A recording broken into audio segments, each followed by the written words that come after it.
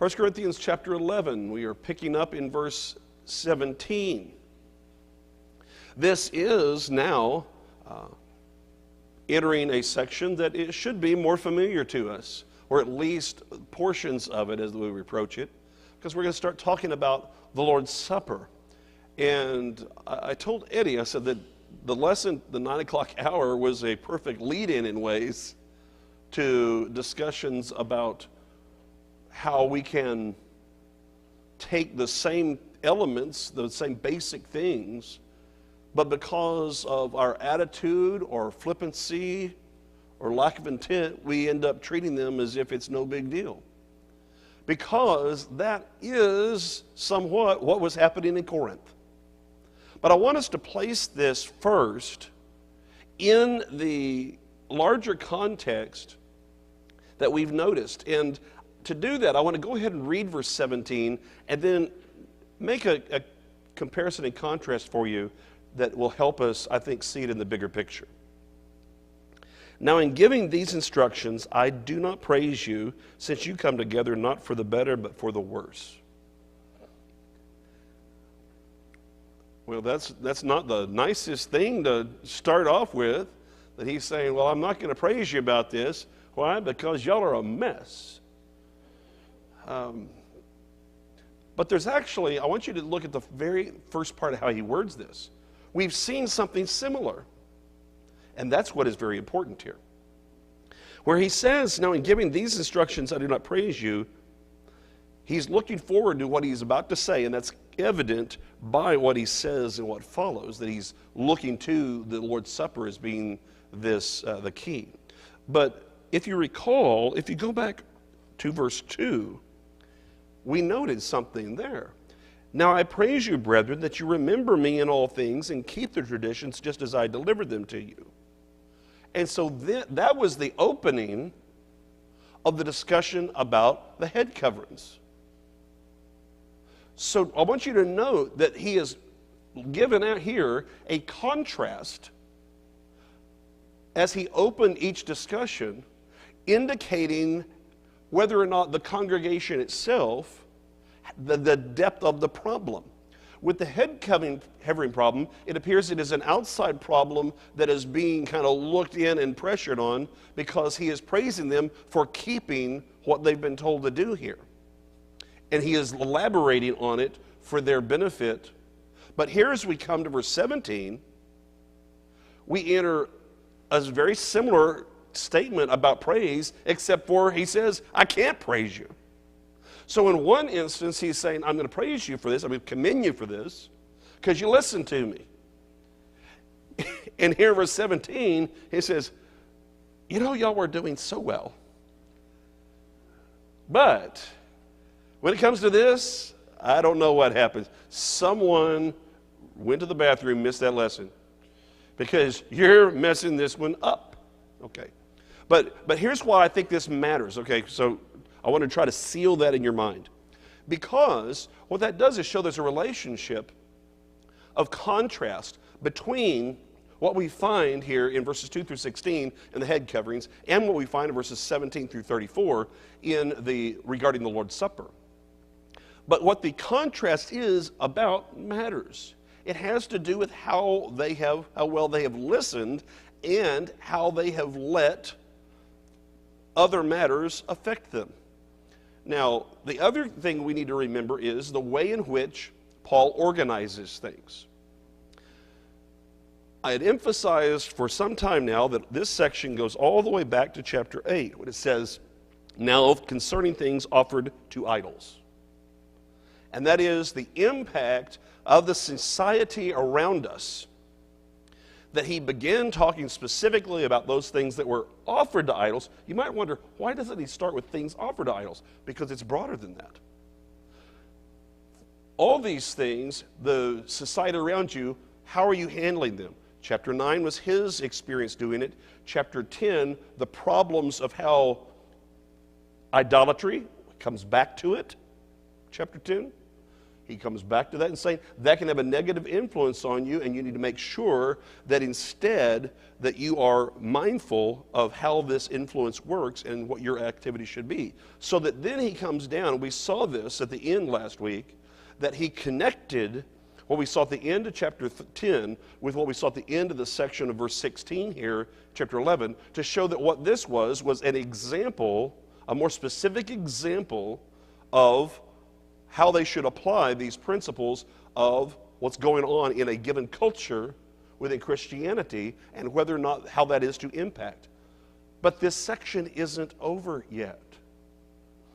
If you just look ahead to chapter 12 and verse 1, it says, now concerning spiritual gifts. The natural thing for us to do, I think I think about myself and others I see, is chapter 12 through 14, especially 14, you're dealing with, it's all the miraculous gifts, but you get to 14 and you're dealing with it in the assembly. And so we tend to think that at the chapter 11 and verse 17, he's beginning a discussion about the assembly. And some move that, as I discussed earlier, all the way back to the beginning of chapter 11, and that when you have the women praying and prophesying, that he's dealing with that in the assembly too, which of course creates other problems because it created a contradiction with chapter 14, verses 34 and 35. But that is not a problem when we recognize Paul's own organizational kind of clues. When he says, now concerning, he's offering you, here is something I want you to consider as a whole.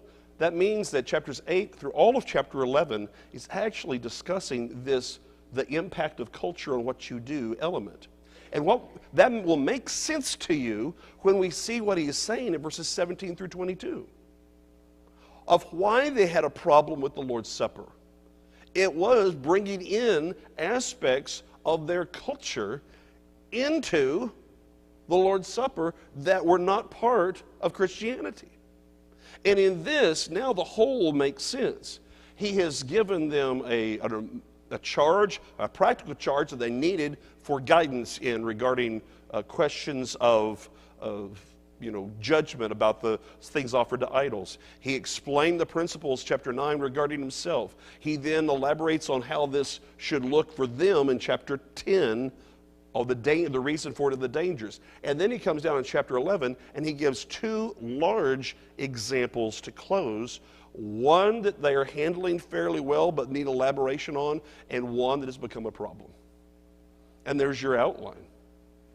And that shows you, though, that what he is doing and why these problems existed, that he's been building up all along, is don't let culture dictate the spiritual. But you are to have your spiritual decisions and thinking dictate what you do in the culture. Okay? So now, with those things in mind, with how it sets, now let's look at what he is saying and go into greater detail. He says, now in giving these instructions, I do not praise you. Again, he just has said in verse 2, now I praise you. Can't do that. And the whole idea is I can't commend you. I can't recommend your behavior. I can't say go do what they're doing because you're a problem here, people. So I can't give any kind of a recommendation or commendation to you for it. Why? And this is interesting in the wording. Since you come together, not for the better, but for the worse. Now, first of all, we'll deal with the fact of the coming together, right? What is implied by that phrase? Okay, assembly. Assembly. I'm gonna be a stickler on this for really, really simple ways. Because, okay, when we fail to get our wording right, we end up walking into traps of understanding. Right now, we are together. We came together, but we are not together because there are other classes. Okay? So you say, well, we came together. Well, it's a different gathering. Is that worship? Are we worshiping right now because we're having Bible class? And so you need to understand what they were doing. It's the idea of the assembly, and that is distinct because not everything always is going to be worship in an assembly. Why? Because you ever seen a baptism within an assembly? Okay, y'all, you use it this way. Up and down, that tells me yes. Okay, we have announcements before we are dismissed, right? But those are clearly not worship. Okay. In other words, it's not the assembly itself that makes something worship. It involves the intent regarding each individual action that makes that worship. Okay, that's an important distinction, okay? That's why that goes hand in hand with what Eddie was saying this morning. Okay, you cannot simply just, okay, well, we're in the building. Trust me, I'm in this auditorium all the time. Nothing magical about it. Kind of creepy in the dark. Okay? So, that's nothing about being here in this room. It's the purpose for the gathering. Okay? That is expressed for them on coming together. We are assembling. Okay? And that's important moving forward. He says that assembly, what you're doing when you get together, that's not then a good thing. Notice the way he says it, it's not for the better. That's the idea of a better end, of moving things forward in, but for worse. You're getting worse, and things are getting worse. So the church is getting worse as a result of what you're doing when you get together. And when you think about, again, the whole purpose of when we gather together to come before God, to acknowledge Him, bow before Him, and through this we should be drawing together and becoming better ourselves and closer together.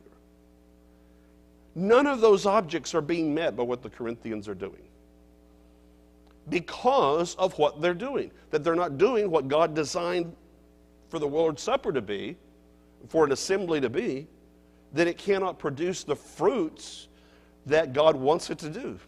So he's focused here on the Lord's Supper, but it is in the assembly, which is a key element. That's where he places it, because of all that he wants it to produce. So now verse 18, he's going to explain this.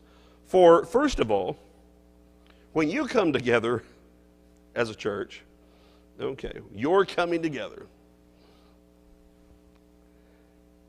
I hear that there are divisions among you, and in part, I believe it.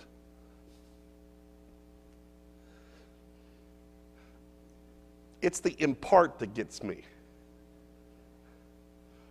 What does he say? Number one, what does that add, in part?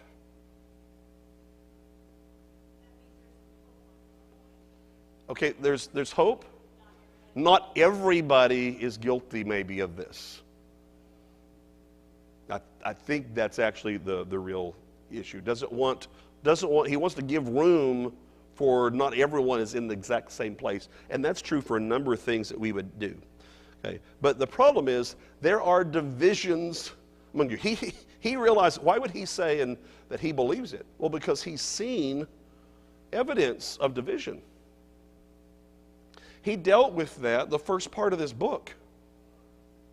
So if you go all the way back, that really covered the first 4 chapters of that they were divided up based upon personalities. Remember, in the first chapter, he kind of lays it out as if they're divided up over Paul, Apollos, and Peter. But in actuality, we find later on in chapter 4 that he has transferred these attitudes to himself and Apollos, but he's really talking about them. They've got these little internal factions in the congregation of groups. Indication of division.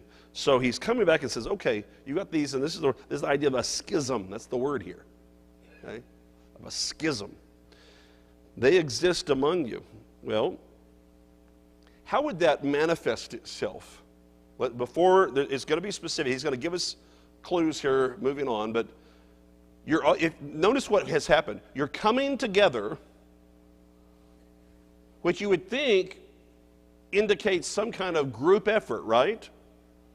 You're coming together, you're assembling, but at the same time, of what is to be a group effort, as a whole, there are schisms.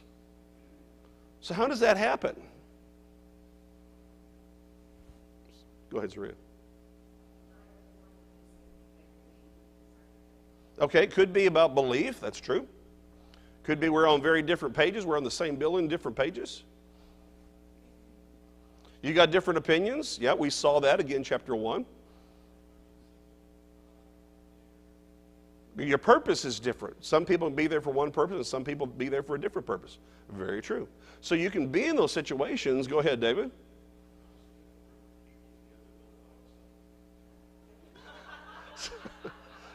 Say that again. They'll find something to divide over. All you do, you stick people together, you get them talking long enough, we'll find where we disagree, and then we will watch the sorting process begin. Okay. That is essentially what was going on.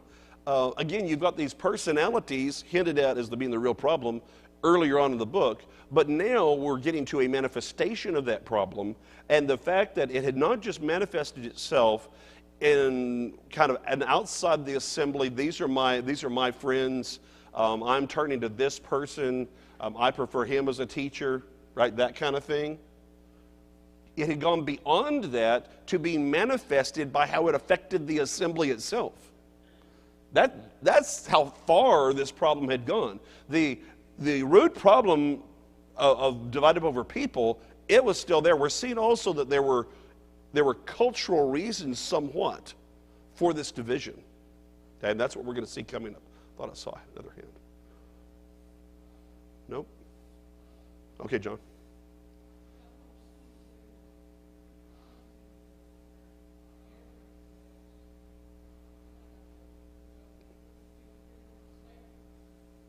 We feel safer with our brethren? Yeah, well, I mean, that should be true, but here's the problem, is that wasn't for everybody, right?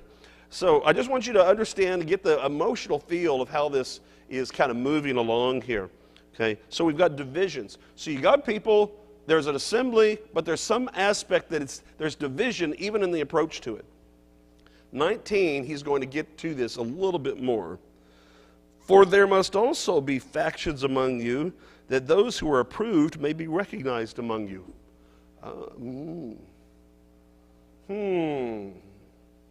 There must be factions among you. Well, that's kind of interesting. He just told them there was a problem because there are schisms. Now, schisms is essentially the idea of the external manifestation of division. Factions, which is, if you look carefully at the wording, this is where we get our word heresy from, which has the idea of an idea of the opinion. So it has to do with the root cause of it. Okay? So the schism is the manifestation of the problem because it has manifested itself in that it's clear to everyone that we're not all together. We're coming together, but we are not all together. That's the manifestation.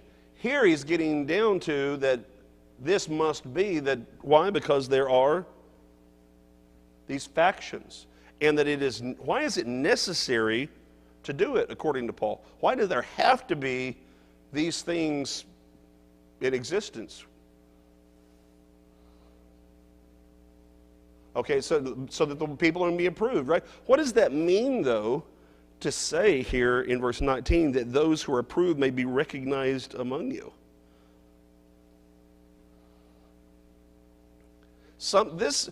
Without the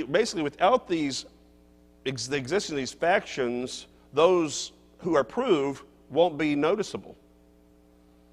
The word here, it's manifest, is what he is saying here when he says being recognized. It'll be clear who they are. The group that are approved. The word approved is essentially an idea of you've passed the test. This is the word that goes back to, you may have heard it before, but in its origins, it has the idea of testing metals. And so you have the idea of something, putting things through a harsh test with the idea that someone's going to come out and it's going to be the right form and be the quality. Okay. So what is he pointing out then is you have this situation, it's in a congregation, and he is saying, well, all of these has to do to demonstrate there's somebody here who is approved. Can all of them be right? No. They can't all be right. He says they're coming together. It's a bad situation. So what's wrong with it? Well, we're divided up. Why are you divided up? Well, you're divided up because we've got these schisms or evidence. Those schisms exist because of these differences, okay, these factions that have developed.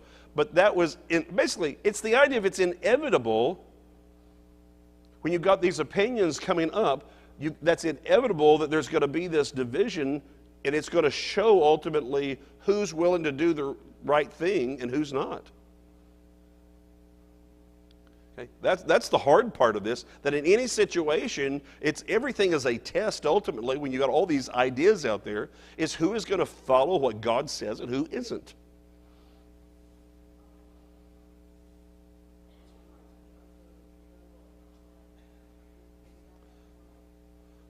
Okay, I didn't think I was going to be taking that one today. Because of the idea you drag to see who qualifies to get in. In a sense, is that now that's more thinking about the kingdom itself, right? And then, so here we're already in the kingdom. We got the church, but it is an idea of who is willing to do things God's way, and that there is in all of this going to be ultimately a test, and he's doing that. If you look in verse 20, when it comes up the next thing and says, therefore.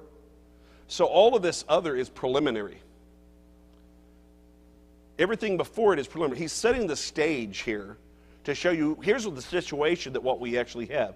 It's not a good situation. It's a situation that's hurting the church. It's division. It's a division then that exists. It's in its opportunity. Let's see who is actually going to follow what God says and who doesn't. That's essentially what the choices are whenever you have these, that must ultimately come out so that we can test them to see who is willing to, again, follow what God says and to choose the right. Now, if you go through and as he set that situation up, now you're looking at the therefore and saying, okay, what's actually going on as he's talking about them in the situation. Here it is in principle. Now let's deal with the situation in its finer points. Therefore, when you come together in one place, it is not to eat the Lord's Supper. Now, there's a couple of things that are interesting here. Number one, he starts with when you come together. So he already talked about coming together. Right? We already addressed that idea of when you come together as a church, okay, as an assembly. But he changes that up. He changes that up here when he says, therefore, when you come together in one place. Now, I'll tell you, that's not literally what that says. That's one possibility, certainly, for it. It has the idea, though, is upon the same, okay, which is very vague. It could be upon the same place. It could be upon the same purpose, upon the same occasion, all of those kind of things. So I just want to make sure, we need to make sure that we don't make the wrong argument from the text because that word is not actually here. But he's coming to it and saying on this occasion, when you come together, that means it's on the first day of the week. We know that from Acts chapter 20, verse 7. Okay, so that's the timing of it, only time you find the timing of it. They're coming together earlier as the church to assemble. You're coming together on this occasion. And then he says, it's not for the Lord's Supper, or the supper belonging to the Lord. And that's interesting, he chooses to say it in that way. Because the reason why I say that is, what he's going to describe is, you've taken this and the physical aspects of it, and you've made it about something other than Jesus. And therefore, I'm not going to dignify what you're doing by calling it the Lord's Supper. because it's not about him. And when you think about what he is pointing out here, the question is, why would they have fallen into this? Well, that's kind of what you see in what follows. Okay. Now he's going to describe the actual practices. For, okay, that's a word that is elaboration. I'm going to explain more about what I just said. For in eating, each one takes his own supper ahead of others, and one is hungry, another is drunk, meaning fully, it's kind of like the opposite of the idea of you're full with drink. Okay, you got, instead of being hungry and you're full, this is the idea of full but with liquid. So it doesn't specify alcohol like what people tend to think. So you go through and you take all this. The whole idea of this is, notice, he takes his own supper ahead of others. So what you see in the thing that follows when he says, and one is hungry and another is drunk, that's a result of what they have done in taking it ahead of others.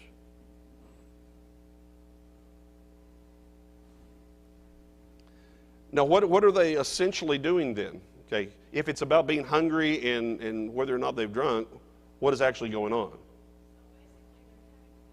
Yes, that is exactly right. They are having that is right. They have confused a fellowship meal and the Lord's Supper. And they're not sharing their food. Okay? It's Southern Isthmus, but that's where the division was manifesting itself. What can we take from this? Now, we can back this up historically, but just from the text itself, mirroring back, you can tell. Not everyone would be able to get there the same time. Especially slaves. Slaves are not going to be able to get there the same time as other people. Now, how much can a slave bring to a potluck?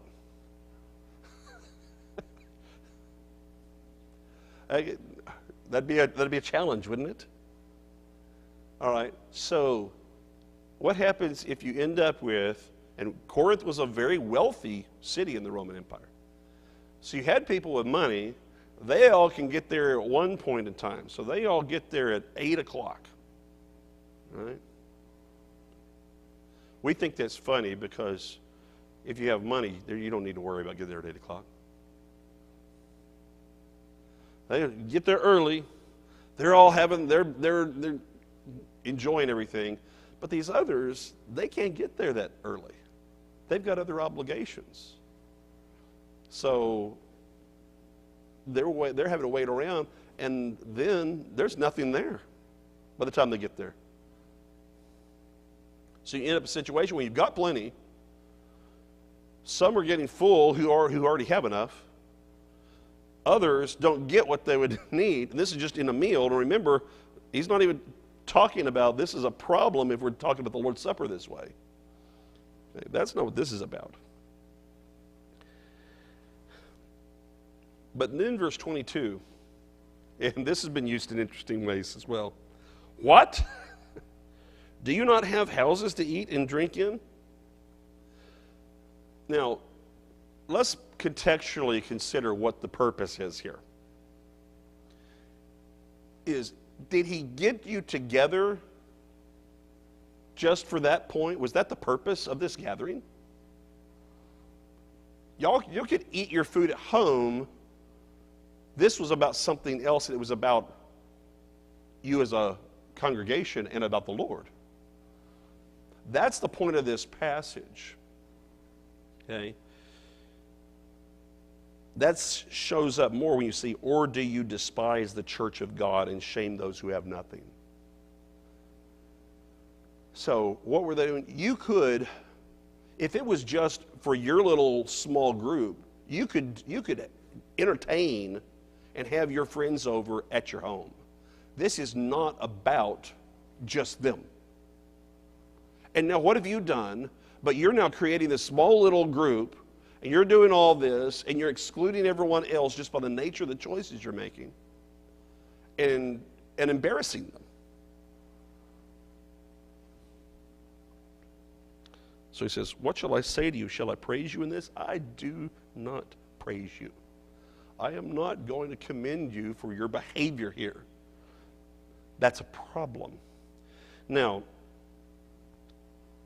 there is another way in which people have taken this, and we probably ought to address it. When it says, do you not have houses to eat and drink in? As a distinction is saying, well, okay, what he's saying is that you shouldn't eat in the building. Okay? There are brethren who do believe that. Okay?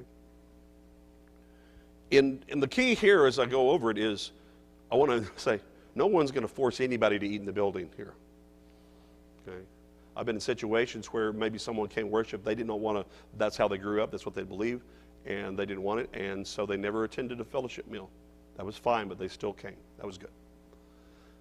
But to understand, the problem has to do with this passage of how it can be used. In other words, contextually, that's not what this is about.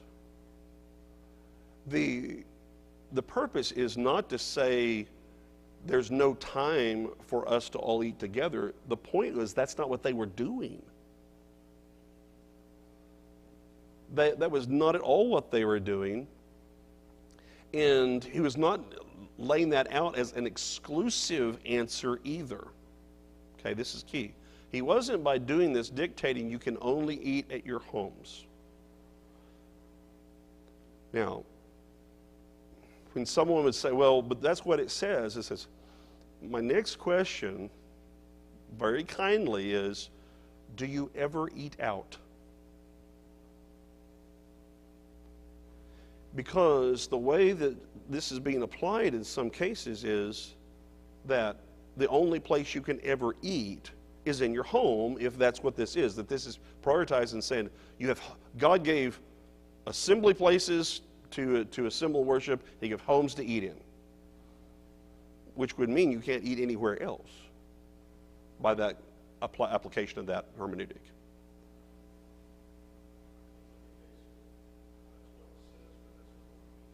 Yes, yeah. It is a good instance of where people, well-meaning people, are failing to appreciate contextual reasoning and instead applying a literalness to it, lifting a phrase out, but not considering the broader context of what it's actually addressing.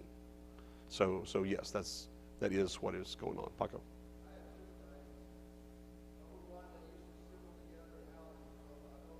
Yeah, that's right. Yes.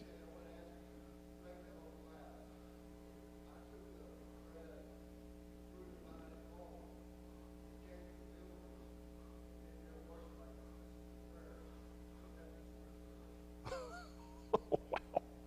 Okay. Well, number one, thank you for the first part, and I don't know if I want to thank you for the second part. But it's a legitimate question, isn't it? Okay. What is the first one is, yes, Romans 16 makes clear that people they met in homes, and therefore you have that kind of thing. It's not an issue. So that's one place that you show how late that problem developed after there were buildings, which was a fairly late development actually in many ways. Okay, so that covers that. So now the question is what would happen if I took the Lord's Supper apart from the assembly then? Mm-hmm.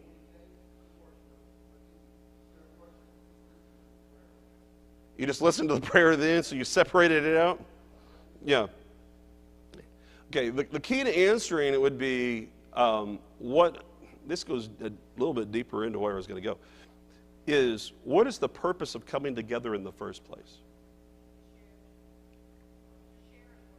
Okay, yeah, it has to do with the intended connection in worship as a unit that is designed to both build and display unity. And the this is one of those things that I think that we ran into.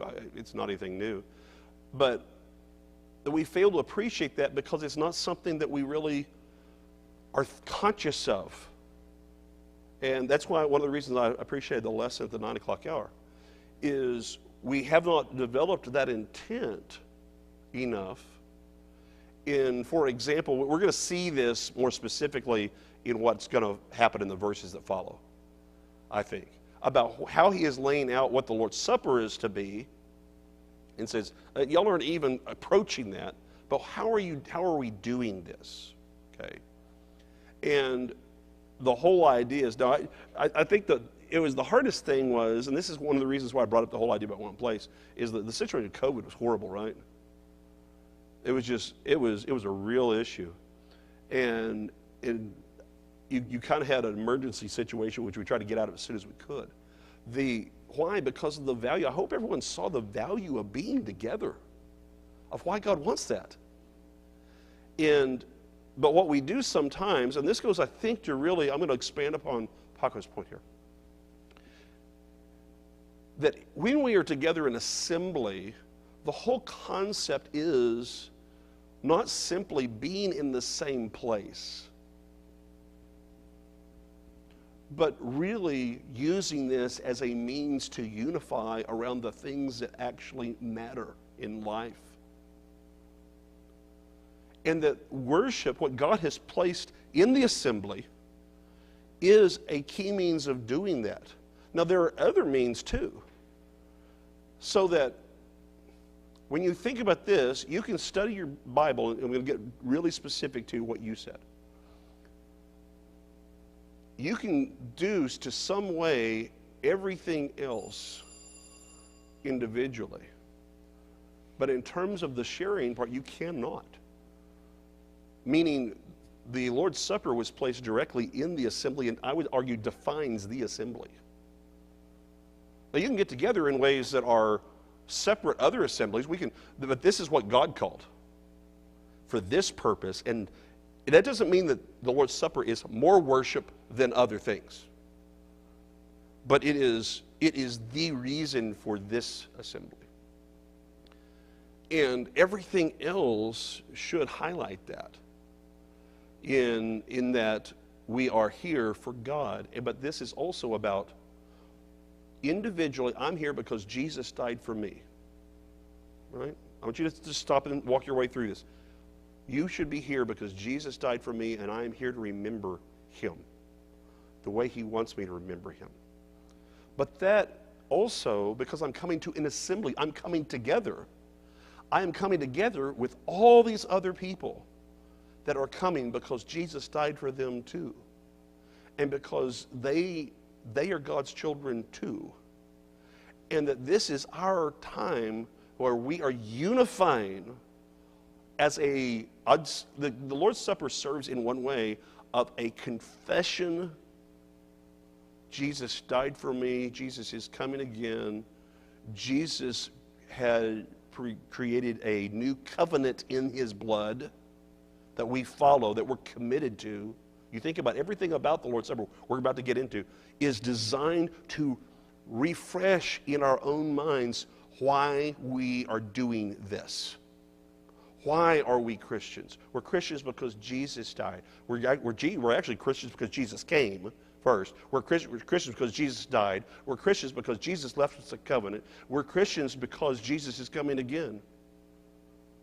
And he brings that all up in what's, as you're forcing me to go verses ahead that we haven't read. But this all brings us together, and every time we partake, it is about the fact of what it cost him, but also what it did for us. That's why we're doing it. We're able to do it.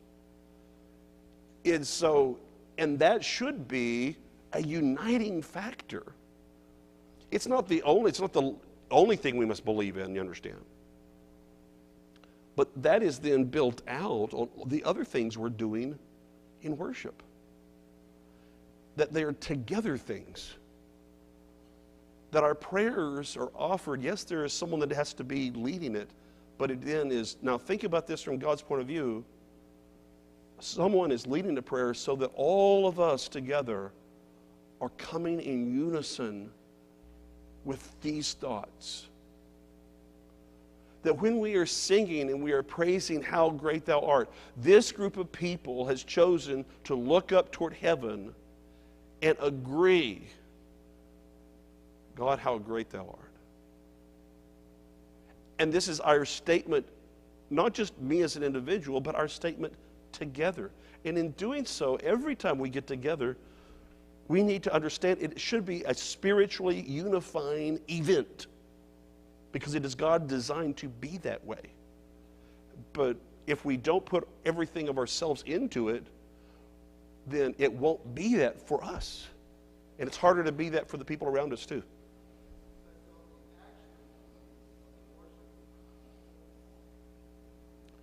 Everything is the important part. Yeah, because worship is a combination of things. It involves the mindset, the heart, right? Because of the wording, proskuneo, is from the original, is to kiss toward. And it is the word, okay, that's what's found in John 4. But it is the word in which the action is part of it. It's not just reverence. Reverence is the attitude we need to bring toward God in order to worship. But worship involves those activities that are the pleasing way in which He accepts direct our expressions of reverence. Because you can't, I say this because you cannot in any way be doing something that displeases Him and be reverent simultaneously. You can't be saying, I'm going to do this, God. I know you didn't ask for it. I know you don't really want it, but I'm going to do it to worship you. Well, you can't do that and be reverent. Okay? So it's the whole of here's what He has said He wants, and this what reaches Him with meaning. And that's your connection to God. That's our connection as a whole to God. And should then, in the process, also tighten our relationship up on a spiritual basis. Now, there's more benefit to the assembly than just this, but I want us to understand that. That was a good question. We will be building on that moving forward.